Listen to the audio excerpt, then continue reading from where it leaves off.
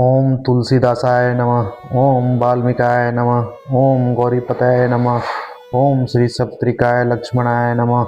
ओम श्री सप्तृकाय शत्रुघ्नाय नमः। ओम श्री सप्तृकाय भारताय नमः। ओम हनुमते नमः। अब तक हमने पढ़ा था कि पार्वती जी के घर आ जाने से पर्वत ऐसा शोभायमान हो रहा है जैसा राम भक्ति को पाकर भक्त शोभायमान होता है। उस पर्वतराज के घर नित्य नए नए मंगलोत्सव होते हैं जिसका ब्रह्मा आदि यश गाते हैं। अब आगे। नारद समाचार सब पाए, कौतुक ही गिर गे सिधाए। शैलराज बड़ आदर कीन्हा, पद पखारी बर आसन दीन्हा। जब नारद जी ये सब समाचार सुने तो वे कौतुक ही से हिमाचल के घर पधारे। पर्वतराज ने उनका बड़ा आदर किया और चरण धोकर उनको उत्तम स्थान दिया। नारी शहीद मुनि पद सिरुनावा, चरण सलील सबु भवनु सिचावा। निज सौभाग्य बहुत गिरिवरना, सूता बोली मेली मुनि चरना। फिर अपनी स्त्री सहित मुनि के चरणों में सिर नवाया और उनके चरणों को सारे घर में छिड़काया। चरण पखारते हैं उसको चरणोदक कहते हैं। चरणोदक को सारे घर में छिड़काया। हिमाचल ने अपने सौभाग्य का बहुत बखान किया और पुत्री को बुलाकर मुनि के चरणों पर डाल दिया। दोहा। त्रिकालज्ञ सर्वज्ञ तुम, गति सर्वत्र तुम्हारी। कहु सुता के दोष गुण, मुनिवर हृदय विचारी।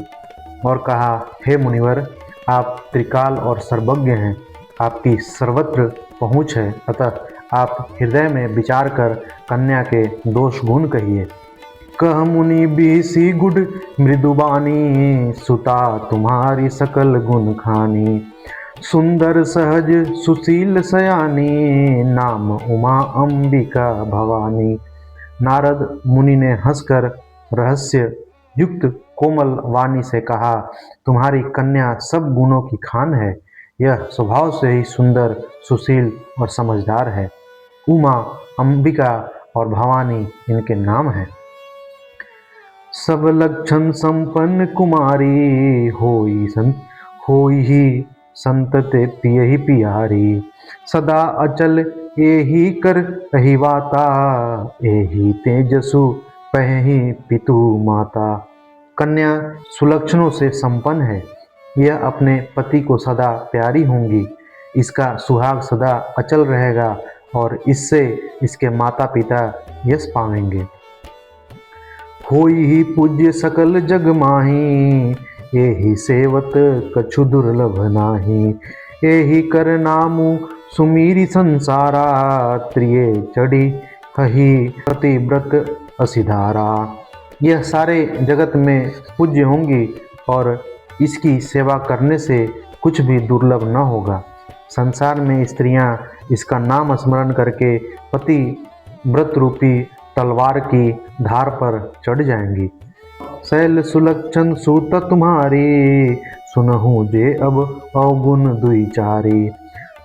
अगुण अमान मातु पितुहीना, उदासीन सब संशय छीना।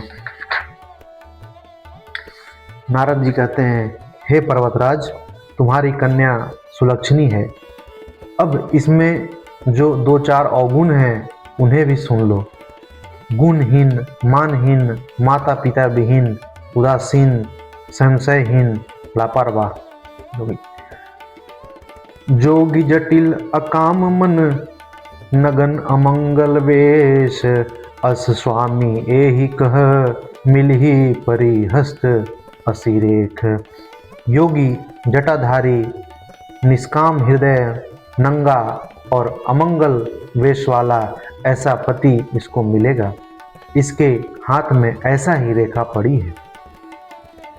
सुनी मुनि गिरा सत्य जिये जानी, दुख दंपति ही उमा हर्षानी।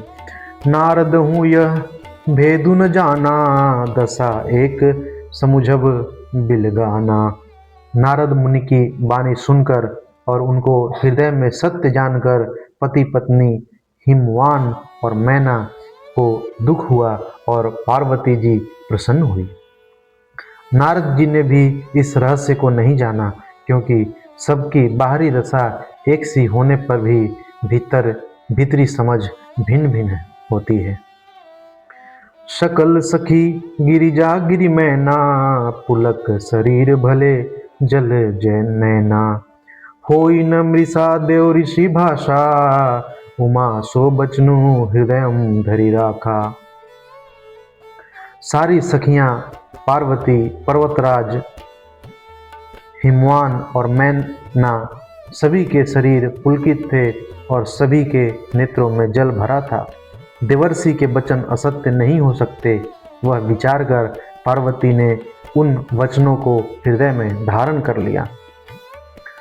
उपजेऊ शिव पद कमल स्नेहु, मिलन कठिन मन भा संदेहु।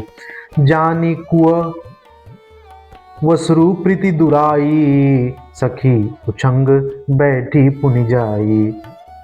उन्हें शिव जी के चरण कमलों में स्नेह उत्पन्न हो आया, परंतु मन में यह संदेह हुआ कि उनका मिलना कठिन है। अवसर ठीक न जानकर उमा ने अपने प्रेम को छिपा लिया और फिर वे सखी की गोद में जाकर बैठ गई। झूठी न होई देव ऋषि बानी, सोच ही दंपति सखी ही सयानी। उर्धरी धीर कहई गिरिराऊ, कहू नाथ का करी उपाऊ। देवर्षि बानी झूठी न होगी, यह विचार कर हिमवान जी, मैना और सारी चतुर सखियां चिंता करने लगी। फिर हृदय में धीरज धरकर पर्वतराज ने कहा, हे नाथ, कहिए अब क्या उपाय किया जाए। दोहा। कह मुनीस हिमवंत सुनो, जो विधि लिखा लीलार। देव दनुज नर नाग मुनि, को न मेट निहार। मुनीश्वर ने कहा, हे हिमवान सुनो, विधाता ने ललाट पर जो कुछ लिख दिया है उसको देवता, दानव, मनुष्य, नाग और मुनि कोई भी नहीं मिटा सकते। तद्यपि एक मैं कहूँ उपाई, होई करे जो दैव सहाई। जस बरु मैं बरनेऊ, तुम पाही। मिली उमही तस संशय नाही। जो भी एक उपाय मैं बताता हूँ, यदि दैव सहायता करें तो वह सिद्ध हो सकता है।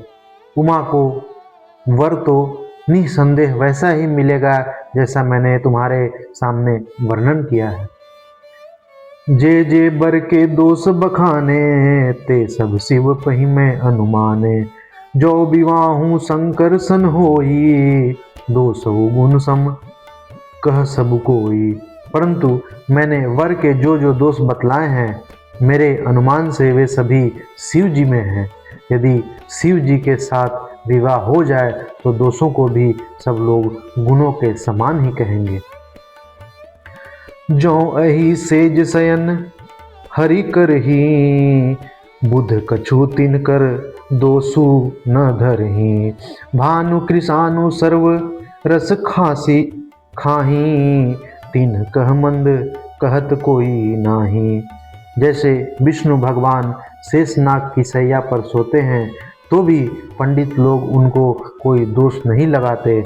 सूर्य और अग्निदेव अच्छे बुरे सभी रसों का भक्षण करते हैं, परंतु उनको कोई बुरा नहीं कहता। शुभ अरु अशुभ सलिल सब बहई, सुरसई कोई अपुनित न कहई। समरथ कहू नहीं दोषु गोसाई, रवि पावक सुरसरी की नाई। गंगा जी में शुभ और अशुभ सभी जल बहता है, पर कोई उन्हें अपवित्र नहीं कहता।